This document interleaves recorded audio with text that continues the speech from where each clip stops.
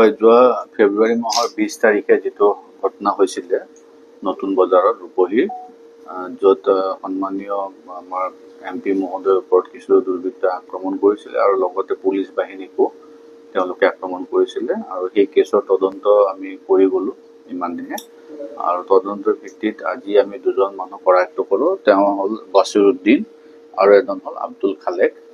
আৰু তেওঁলোকক আমি ইতিমধ্যে নগাঁৱৰ কেছটো আৰু যিটো ৰূপহীত দুটা কেছ হৈছিলে আপোনালোকে জানে, সেই দুটা কেছত আমি তেওঁক এৰেষ্ট কৰিম আৰু বাকী যিখিনি লিগেল একশ্যন ল'ব লাগে আমি তেওঁৰ ওপৰত ল'ম।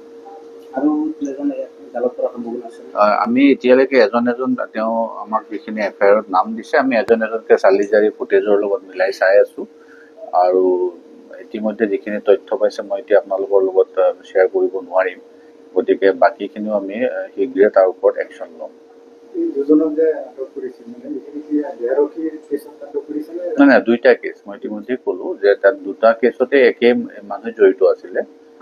গতিকে এটা আমাৰ দেহৰক্ষী যদুমণি বৰাই দিছিলে, সেই কেছটোতো আমি এৰেষ্ট কৰা হৈছে, আৰু এটা অনাৰেবল MP ৰকিবুল হুছেইন ডাঙৰীয়াও দিছিলে, যিটো নগাঁও পুলিচ ষ্টেচনত ৰেজিষ্টাৰ হৈছে, কাৰণ তেখেতে তাতে দিছিলে।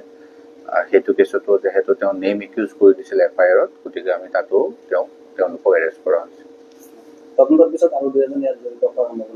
নাই, এতিয়া নামটো বহুত কেইজনৰে দিছে, এতিয়া কোন ক'ত কেনেকে জড়িত হৈ আছে আমি তাৰে তদন্তটো চলাই আছো, আৰু ফুটেজৰ লগতো মিলাই চাবলগীয়া হৈছে বহুত কথা। গতিকে পৰৱৰ্তী সময়ত আপোনালোকক জনাম। না, হাৰাটো প্ৰশ্নই নুঠে, হাৰাটো এইটো আৰু কেতিয়াও হাৰি যোৱা কথা নাই।